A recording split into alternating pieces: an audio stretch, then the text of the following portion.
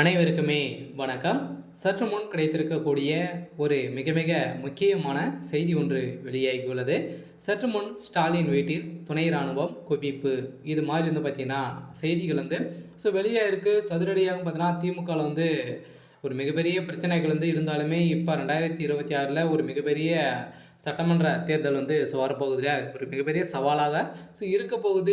இந்த நிலையில் தான் ஏற்கனவே திமுக இருக்கக்கூடிய மூத்த அமைச்சர்கள் அதே மாதிரி முக்கிய அமைச்சர்கள் அனைவருடைய வீட்டிலும் தொடர்ந்து ரைடுகள் நடந்துட்டு வருவது அனைவருக்குமே தெரியும். அதே மாதிரி இன்னும் இந்த 2026 சட்டமன்ற தேர்தல் நடக்குவதற்காக இன்னும் 6 மாத காலங்கள் இருக்குது. அதுக்குள்ளே திமுக இருக்கக்கூடிய முக்கிய அமைச்சர்களுடைய வீட்டில் தொடர்ந்து ரைடுகள் நடந்திருக்கு. அதிலும் எக்கச்சக்கமான பணங்கள் சிக்கிய நிலையில் அதிரடியாக மீண்டும் இப்போ அதிரடியாக முதல்வர் ஸ்டாலினுடைய வீட்டில் ரைடுகள் நடத்த போகிறதாக ஒரு தகவல் வழியாக இருக்குது. இந்த தகவலின் அடிப்படையில் தான் இப்போ அதிரடியாக இன்று முதல்வர் ஸ்டாலினுடைய வீட்டில் போலீஸ் பலத்த பாதுகாப்போடு குவிக்கப்பட்டிருக்கு.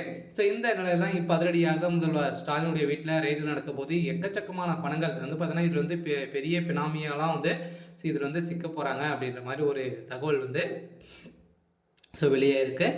இதை பற்றி இந்த வீடியோவில் நம்ம முழுமையாக பார்க்கலாம். அதுக்கு முன்னாடி நம்ம சேனலுக்கு இப்போ தான் நீங்கள் முதல் முறையாக வந்திருக்கீங்க அப்படின்னா மறக்காமல் நம்மளுடைய சேனலை சப்ஸ்கிரைப் பண்ணி சப்போர்ட் பண்ணுங்கள். வாங்க வீடியோக்குள்ளே போகலாம். பார்த்தீங்கன்னா முதல்வர் ஸ்டாலினுடைய தலைமையில் ஒரு மிகப்பெரிய கூட்டணி 2026 களமிறங்க போகுது அப்படின்றது தெரியும். இருந்தாலுமே இந்த கூட்டணி நிலைக்குமா அப்படின்ற ஒரு மிகப்பெரிய கேள்விக்குறியாகவே இருந்திருக்கு.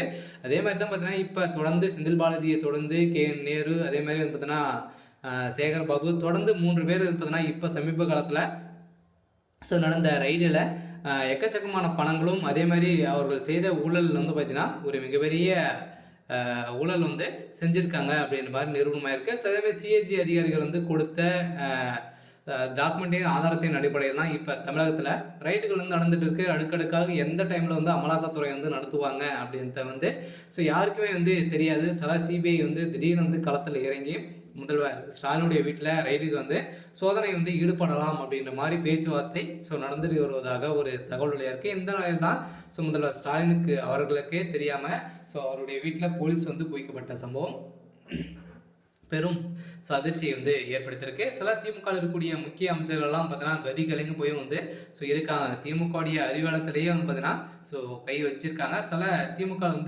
சிக்கனது அப்படின்னா கட்டாயம் திமுகவுடைய ஆலமரமாக இருக்கக்கூடிய முதல்வர் ஸ்டாலின் அவர்கள் கைது செய்யப்படுவது உறுதி அப்படின்றத நிறுவனமாக இருக்கு. சரி, ஓகே. இன்னைக்கான அப்டேட் இதுதான். மறக்காமல் நம்மளுடைய சேனலை சப்ஸ்கிரைப் பண்ணி சப்போர்ட் பண்ணுங்கள். தேங்க்யூ.